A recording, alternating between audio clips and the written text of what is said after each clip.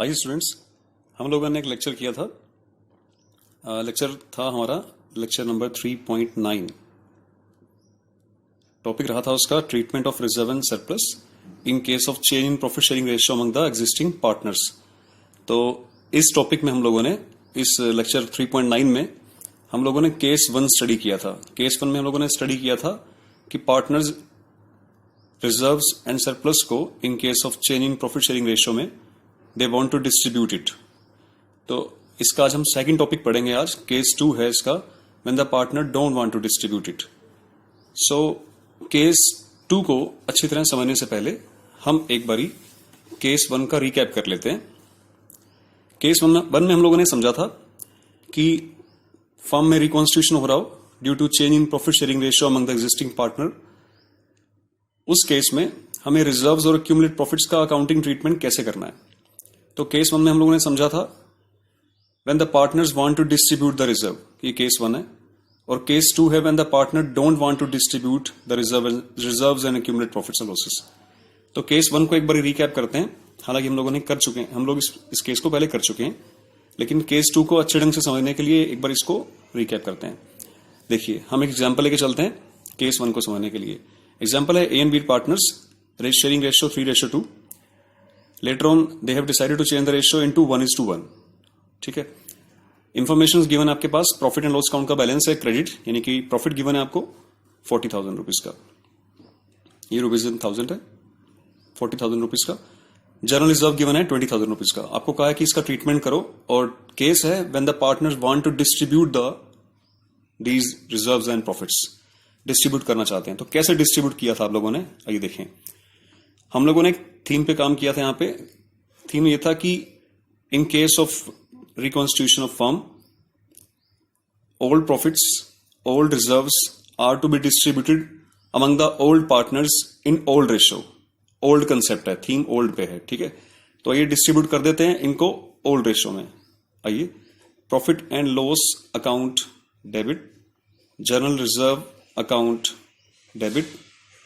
Partners हैं 2, A is capital to B is capital. Profit and loss है 40,000 रुपए का। जनरल रिजर्व 20,000 रुपए का है। 40 और 20 60,000 रुपए को डिस्ट्रीब्यूट करना है इनके ओल्ड रेशियो में 3:2 में। ये डिस्ट्रीब्यूट हो जाएगा 36 और 24 में। आप डिस्ट्रीब्यूट कर सकते हैं इसको, ठीक है। नरेशन बन जाएगी for the distribution of profit and loss and general reserve in old partners in old ratio।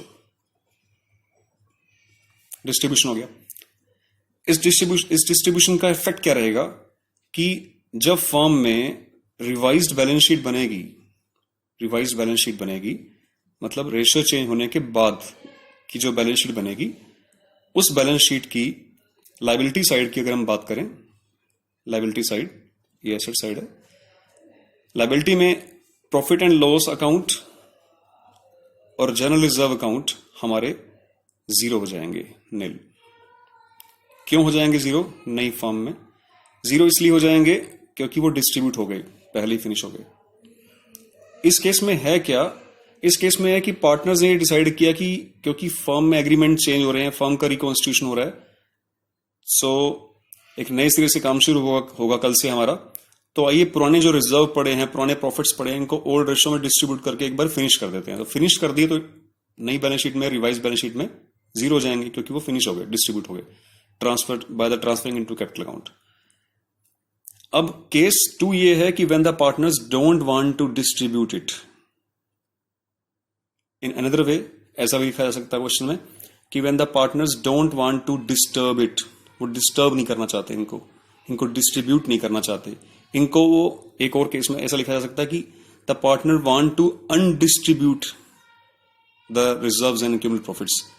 मतलब सबका सेंस सेम है कि पार्टनर डिस्ट्रीब्यूट नहीं करना चाहते।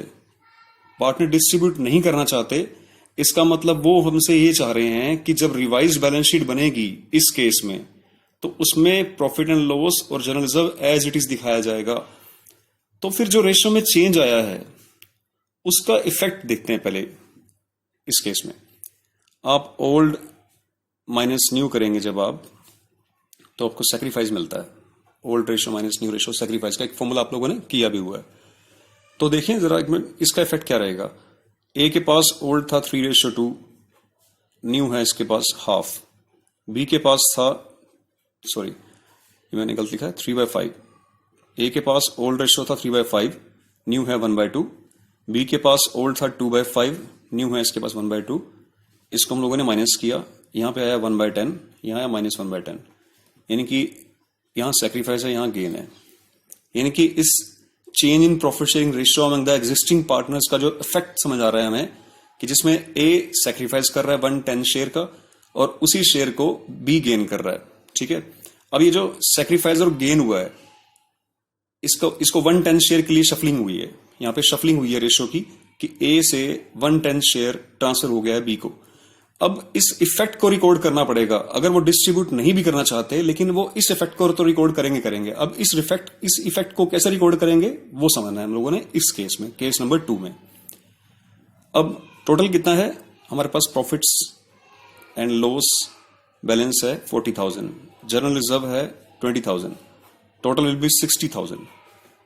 अब इस total reserves and accumulated profits में से इस इफेक्ट का हिस्सा निकाल लेते हैं हम लोग, शेयर निकाल लेते हैं कि 1/10 जो शेयर जो शफल हुआ है, ट्रांसफर हुआ है from one partner to other partners, वो 1/10वां हिस्सा हुआ है। और 1/10वां हिस्से की वैल्यू क्या है, टोटल वैल्यू है 60, इसमें से 1/10 शेयर जो सफल हुआ है उसकी वैल्यू बनती है 6,000। तो हमें 6,000 रुपए की एंट्री करनी पड़ेगी एक, सिर्फ उसका इफेक्ट रिकॉर्ड करने के लिए। ठीक है, उसको फिनिश नहीं कर रहे हम लोग, जैसा कि केस 1 में कर रहे थे।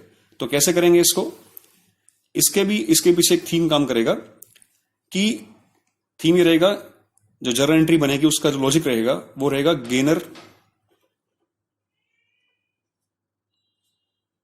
Gainers capital account debit to sacrificer, gainer to sacrificer capital account.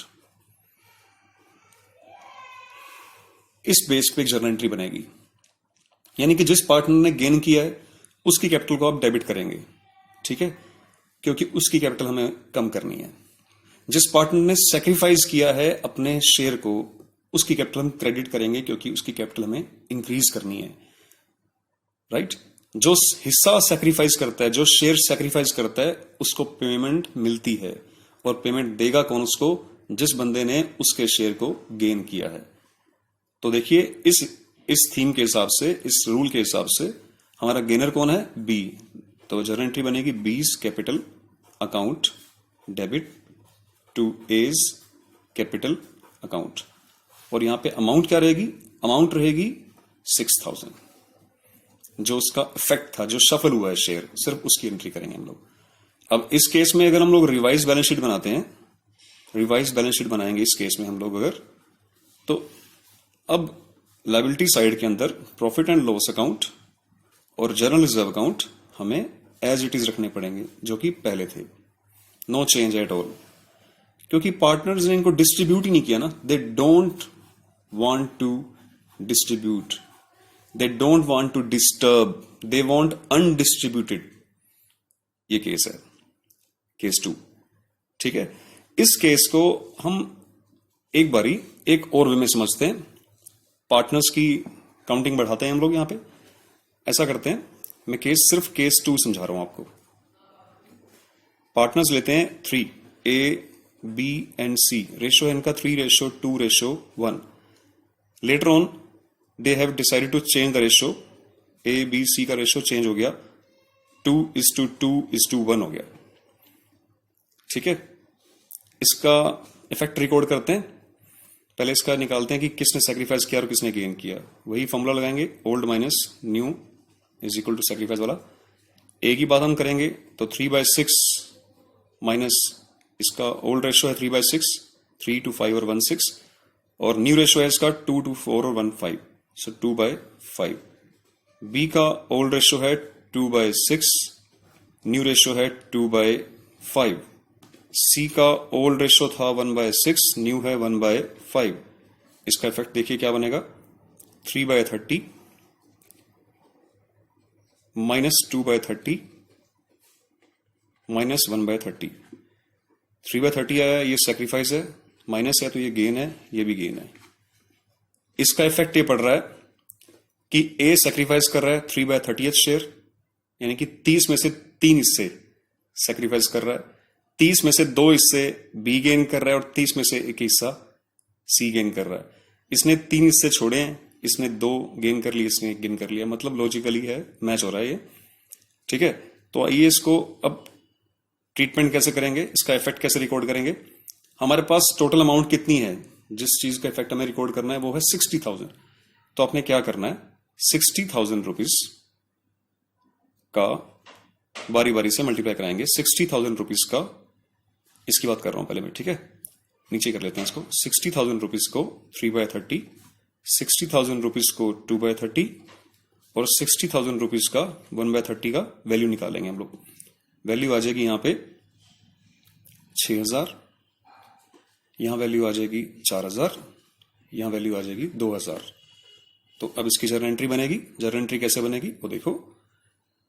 Theme क्या था, लॉजिक क्या था जर्नल एंट्री का, गेनर टू सैक्रिफाइसर। गेनर कौन है, बी एंड सी।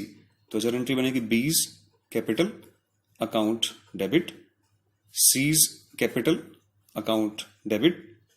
सैक्रिफाइसर कौन था, सिर्फ ए, तो ए कैपिटल अकाउंट।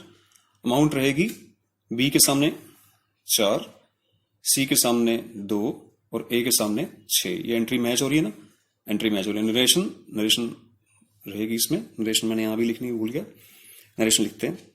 नरेशन रहेगी for the adjustment of profit and loss and reserve, यानी कि जनरल रिजर्व